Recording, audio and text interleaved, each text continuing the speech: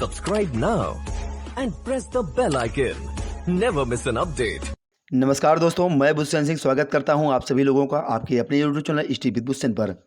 रीट 2021 की तैयारी कर रहे सभी छात्रों के लिए यह वीडियो बहुत ही हेल्पफुल रहने वाली है, क्योंकि आपके पास समय कम बचा है और आपकी तैयारी भी काफ़ी बेहतर हो रही होगी पहले से। इसमें हम देखेंगे गणित शिक्षण महत्वपूर्ण प्रश्नोत्तरी जो आपके लिए और आपके एग्जाम के हिसाब से हर क्वेश्चनों को सेटअप किया गया है। चलिए देर ना करते हुए वीडियो को स्टार्ट करते हैं। ये रहा पहला क्वेश्चन आपके सामने। इसमें सभी क्वेश्चन आपके गणित शिक्षण के मिलेंगे, तो आप थोड़ा सा समय निकालिए और अधिक से अधिक क्वेश्चनों को हल करने का प्रयास कीजिए।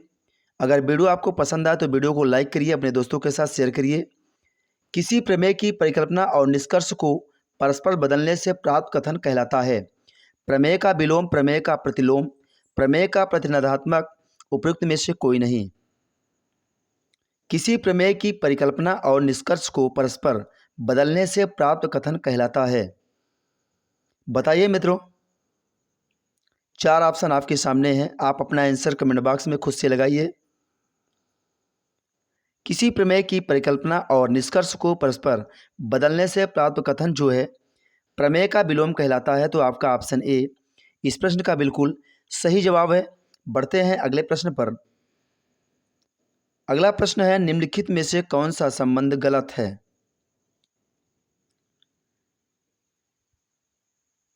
दस की घात -2 डेसीमीटर बराबर 1 मिलीमीटर, 10 की घात -2 डेकामीटर बराबर 1 सेंटीमीटर, 10 की घात -2 किलोमीटर बराबर 1 डेकामीटर। ऑप्शन डी है आपका 10 की घात -3 डेकामीटर।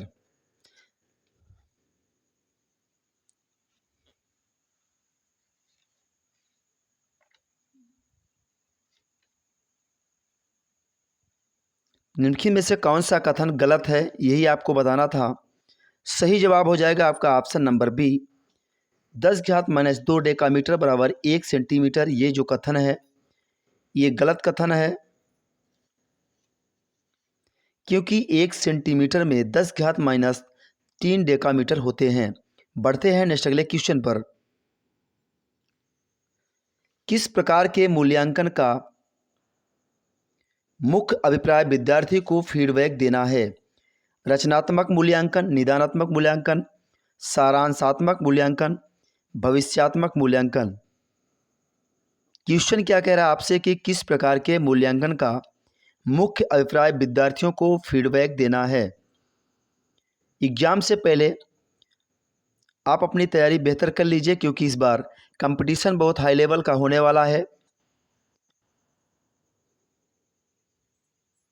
किस प्रकार के मूल्यांकन का मुख्य अभिप्राय विद्यार्थियों की फीडबैक देना है, तो रचनात्मक मूल्यांकन जो है आपका, इसका जो मुख्य अभिप्राय है विद्यार्थियों को फीडबैक देना है। बढ़ते हैं अगले प्रश्न पर।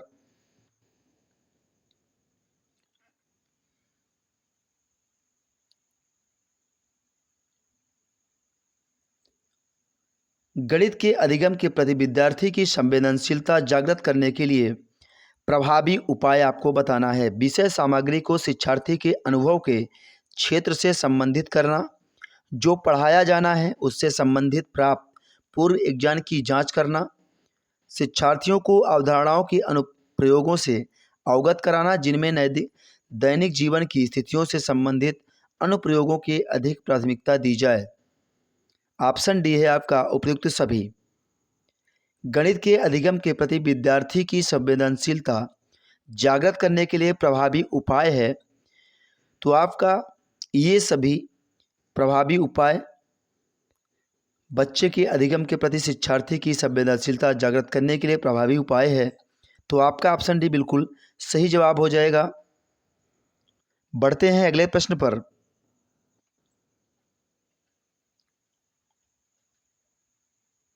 प्रिया गणितीय प्रश्न करने में निपुण है, उसमें किस प्रकार की बहुबौद्धिकता की अधिकता है? भाषाई बुद्धि, तार्किक बुद्धि, अंतर्वैयक्तिक बुद्धि, मनोगद्यात्मक बुद्धि।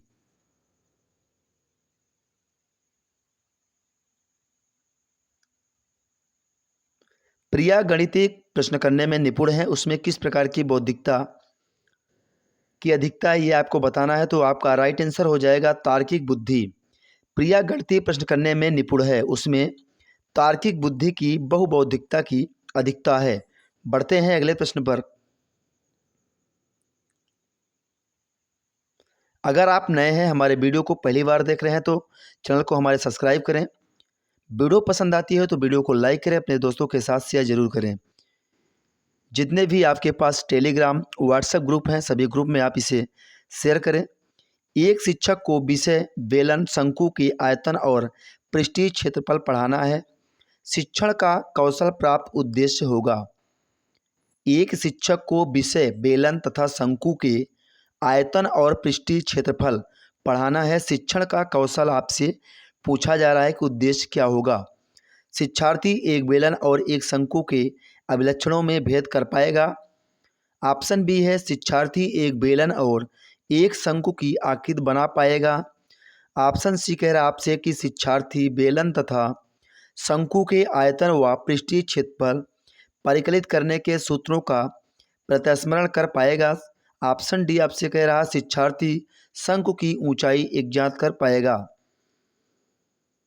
अगर क्वेश्चन एक बार में आपको समझ नहीं आ रहा तो फिर से एक बार पढ़िए अच्छे से कि एक शिक्षक को विषय बेलन तथा शंकु के आयतन और पृष्ठीय क्षेत्रफल पढ़ाना है। शिक्षण का कौशल प्राप्त उद्देश्य होगा। तो शिक्षार्थी एक बेलन और एक शंकु की आकृति बना पाएगा, यही कौशल प्राप्त उद्देश्य होगा। तो आपका ऑप्शन बी इस प्रश्न का बिल्कुल करेक्ट जवाब है। बढ़ते हैं अगले प्रश्न पर।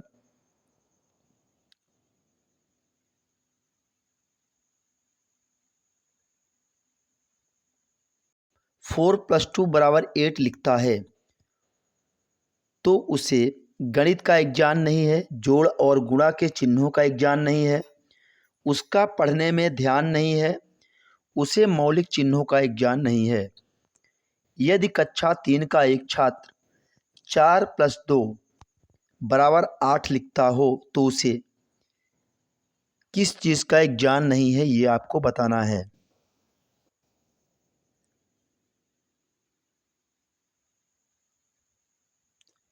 यदि कक्षा 3 का एक छात्र 4 + 2 बराबर 8 लिखता हो तो उसे मौलिक चिन्हों का ज्ञान नहीं है। तो आपका ऑप्शन डी इस प्रश्न का सही जवाब होगा, क्योंकि उसे मौलिक चिन्हों का ज्ञान अगर होता तो यहाँ वो गुणा ना करता होता। बढ़ते हैं नेक्स्ट अगले क्वेश्चन पर, क्योंकि उसने लिखा है जोड़ का चिन्ह और किया है गुणा। बढ़ते हैं अगले प्रश्न पर। अगला प्रश्न क्या करे आपसे कि एक अध्यापक अपनी कक्षा में छात्रों को त्रिभुजों की रचना संबंधी प्रश्न हल करवाता है। वह कक्षा में किस क्षेत्र से संबंधित शिक्षण कर रहा है? मापन संबंधी, मूल्यांकन संबंधी, ऑप्शन सी है अधिगम संबंधी, सांख्य विधि संबंधी। एक अध्यापक अपनी कक्षा में छात्रों को त्रिभुजों की रचना संबंधी प्रश्न हल करवाता है। वह कक्षा में मापन संबंधी शिक्षण कर रहा है। तो आपका ऑप्शन ए इस प्रश्न का सही जवाब होगा। देखते हैं अगला क्वेश्चन। अगला क्वेश्चन आपके सामने है छात्रों की शैक्षिक उपलब्धियों का पता लगाने का सर्वोत्तम उपाय है। मापन, मूल्यांकन, लिखित, ऑप्शन डी है इनमें से कोई नहीं। छात्रों की शैक्षिक उपलब्धियों का पता लगाने का सर्वोत्तम उपाय है मूल्यांकन। ऑप्शन बी इस प्रश्न का सही जवाब है। देखते हैं अगला क्वेश्चन। बच्चों के वर्गीकरण और कक्षा उन्नत के लिए निम्न में से कौन सा मूल्यांकन अति आवश्यक है? देखिए मित्रों, अभी तो आपका 26 सितंबर को एग्ज़ाम होने वाला है। आपके रेट के एग्ज़ाम में कोई भी माइनस मार्किंग नहीं है, तो आपको घबराने की ज़रूरत नहीं है। पहले आप पूरी तैयारी करिए और एग्ज़ाम टाइम के समय आप किसी भी क्वेश्चन को छोड़ेंगे नहीं, क्योंकि माइनस मार्किंग नहीं है। जो भी आपसे पहले बने उसे करिए खुद से, उसके बाद तुक्का लगाइए, मगर कोई भी क्वेश्चन आप छोड़िए मत। तो बच्चों के वर्गीकरण और कक्षा उन्नत के लिए निम्न में से कौन सा मूल्यांकन अति आवश्यक है? व्यापक मूल्यांकन, सतत मूल्यांकन, मनोवैज्ञानिक मूल्यांकन, व्यक्तित्व मूल्यांकन। सही ऑप्शन की अगर बात की जाए तो आपका ऑप्शन ए इस प्रश्न का बिल्कुल सही जवाब होगा, क्योंकि बच्चों के वर्गीकरण और कक्षा उन्नत के लिए व्यापक मूल्यांकन अति आवश्यक है। देखते हैं नेक्स्ट अगला क्वेश्चन। मूल्यांकन एक ऐसी प्रक्रिया है जिससे सही ढंग से किसी वस्तु का मापन किया जा सकता है। निम्न में से यह कथन किसका है? गुड्स, डांडेकर, स्किनर, जीन पियाजे। मूल्यांकन एक ऐसी प्रक्रिया है जिससे सही ढंग से किसी वस्तु का मापन किया जा सकता है। तो यह कथन आपको बताना है। तो यह कथन जो है गुड्स का है, तो आपका ऑप्शन ए इस प्रश्न का सही जवाब हो जाएगा कि मूल्यांकन एक ऐसी प्रक्रिया है जिससे सही ढंग से किसी वस्तु का मापन किया जा सकता है। इस तरह आपके इस वीडियो का लास्ट क्वेश्चन पूरा होता है। आशा करता हूं कि वीडियो आपको ज़रूर अच्छी लगी होगी और आपके एग्जाम में बहुत ही हेल्पफुल होगी। मिलेंगे नेक्स्ट वीडियो में। Thank you for watching.